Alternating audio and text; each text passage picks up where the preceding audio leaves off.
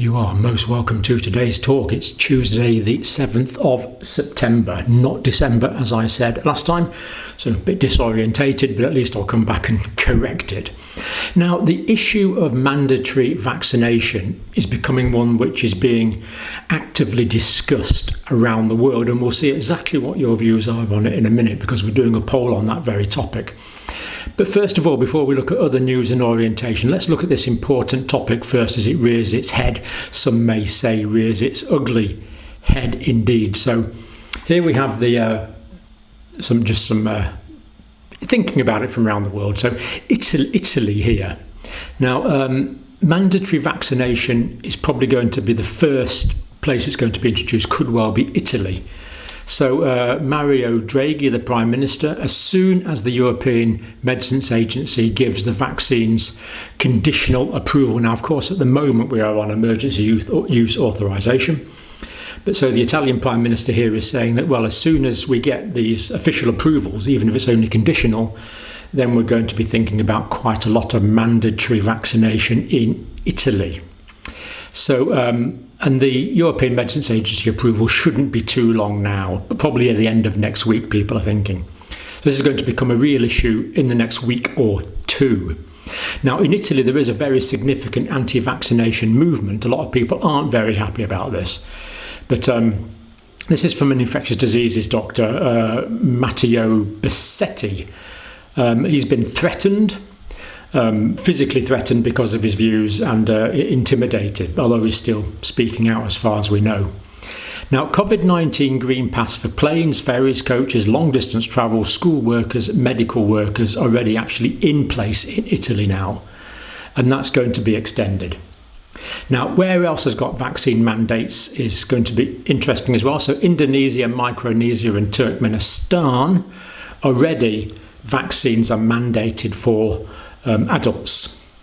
Okay, Indonesia, Turkmenistan, it might not be too surprising, it might not seem to be an immediate issue for us, but Greece, all healthcare workers have to be vaccinated by the end of September. France, medical workers already have to be vaccinated.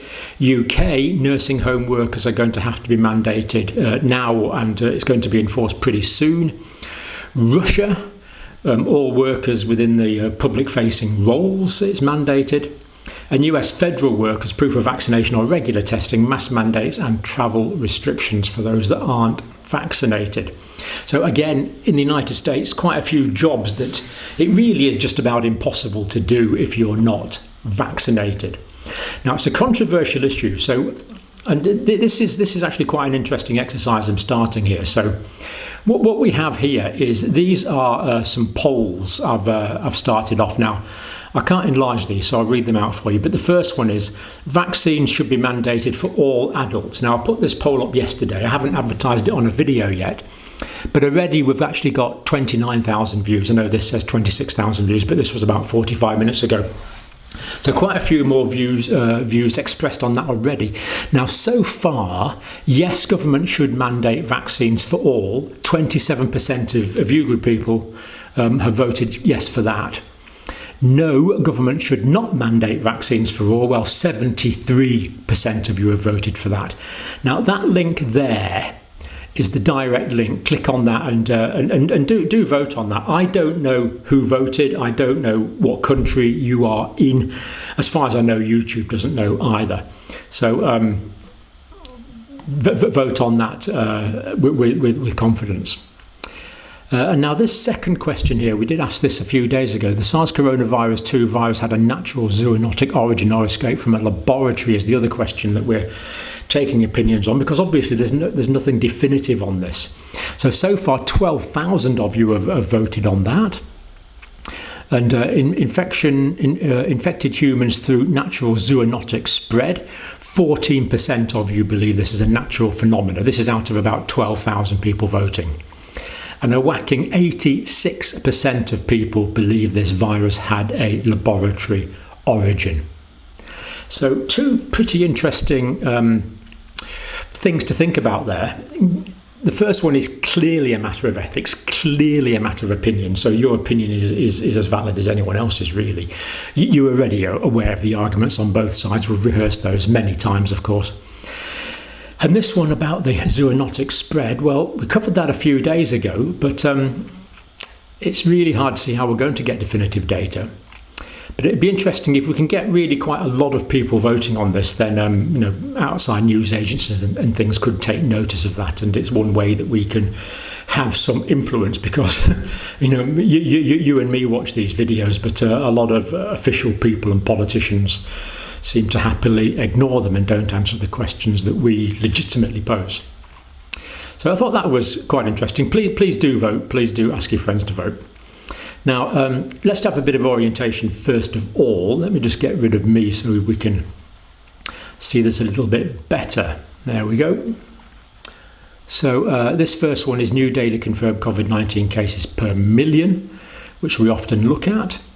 So New Zealand, looking vaguely hopeful for New Zealand there. Australia going up, Canada going down, Ireland gone down nicely. Now, the United States, this appears to show a big reduction in the United States. The actual real reduction is not quite as big as that, but there is an apparent reduction, or there does seem to be a reduction in cases in the United States. United Kingdom, alas, and of course still going up the way. Then looking at number of COVID-19 patients in hospital per million people, which of course is critical. Canada, Ireland, well, some difficulties in Ireland actually, because the capacity in Ireland isn't that high. United Kingdom, it's manageable, but it's still relatively high numbers of people in hospital. And of course, this is adding to the tremendous 5 or 6 million people on the waiting list we have already. United States hospitalizations relatively high there. But that underlies the picture that they're particularly high in places like Florida, Georgia, Mississippi, some of the Texas, I think, as well, some of the southern states where they are particularly high. And of course, at the moment, your heart just goes out to people in the States at the moment because they've got this. And they've had these terrible storms. People actually drowned in basements in New York. It's absolutely appalling, just to add to everything else. So our thoughts go out to the people in the United States suffering these difficulties at the moment. So that's hospitalizations there per million people. Now, new daily COVID confirmed cases per million. Now, it was one of these really strange things. Lots of people seem to be convinced that I'm part of a conspiracy to hide data from the Nordic and Scandinavian countries. Now, why I'd want to do that, I have no idea. So let's dispel this myth without further ado and show the data from these countries. So I've left the United Kingdom on there as a comparator, which I think is a useful thing to do. So that's United Kingdom cases, and we see that Norway, much less, then Denmark lower, Finland and Sweden both very low in terms of cases, which is really pretty good news for those countries. Now, of course, these are all fairly sparsely populated countries. From memory, Norway's about 5 or 6 million people, Denmark's, I can't remember. Finland, relatively low populated. Sweden's just over 10 million people, I think. So relatively low populated countries, fairly spread out, which is part of the reason for this. Although they have taken quite different approaches. The approach in Sweden has been very much personal responsibility rather than mandating. Looking for more explanations, new daily COVID-19 tests. So we actually see that the real number of cases in Sweden is probably a fair bit higher, not a lot higher, but a bit higher because of the low number of testing. Finland, Norway, but Denmark and the United Kingdom, well, they appeared to have higher numbers of cases, didn't they? But of course, they're doing much more testing. So that means that if we just remind ourselves of that previous graph, that means Denmark's doing particularly well, really, doesn't it, at the moment? That's new confirmed cases per million. So that's one we've just looked at with the testing. Let's look at the vaccination situation in those countries. COVID-19 vaccine doses per 100 people. So Denmark, United Kingdom, Norway, Finland, Sweden, all roughly comparable, really. Now that's number of doses per 100 people, just to take one parameter there for vaccination. But if we put the line up for people fully vaccinated, the shapes of the curves wouldn't be too much different. So pretty good levels of vaccination in all of those countries. Number of COVID-19 patients in hospital per million, so the United Kingdom, pretty high unfortunately as we see. Then Sweden, Denmark, Finland and Norway. So indicating that the number of cases in Sweden is probably higher than those reported, but thankfully nothing too bad, although, I mean, any case is bad, of course. Any hospitalisation and death is bad, but Sweden, Denmark, Finland and Norway, all with comparable, roughly sort of comparable low numbers of cases.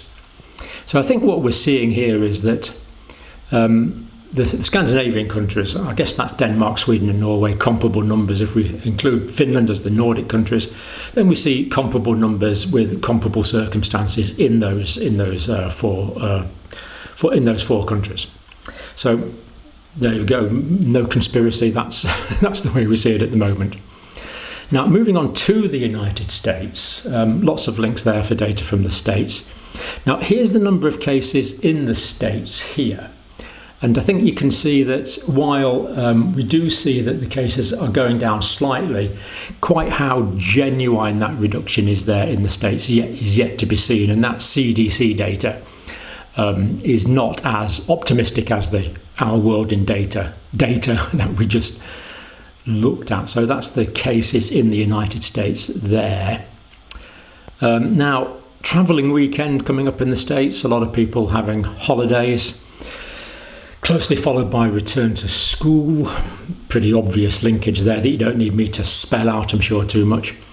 A lot of new cases in children, 22.4% are in children now in the United States. Now the Pfizer booster starting on the 20th of September.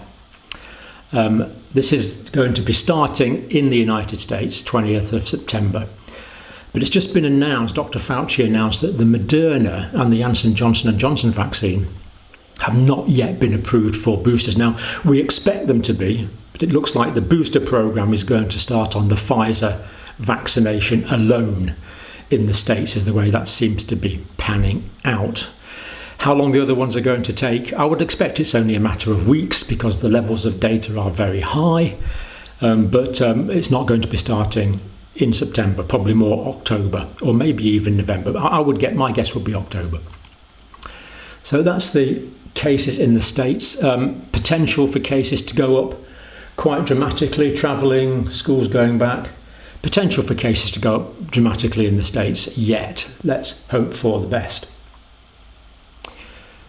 Particularly concerned about unvaccinated people going to hospital, although some vaccinated people go to hospital as well, sadly. Let's just get rid of me and look at that. There we are. So these are the hospitalisations in the States, prevalent hospitalisations of patients with confirmed COVID-19 in the United States, and it's still fairly high. This area here, of course, is grey. The data is still coming in. I would expect these to level off with the number of cases shortly, but I think they might go up for a little bit yet. And as we said, particularly in a lot of the southern states where hospital systems are still under really quite extreme pressure, they remain a concern. And of course the backlog for other conditions that will be happening in the States as with everywhere else. Now, moving on to Australia.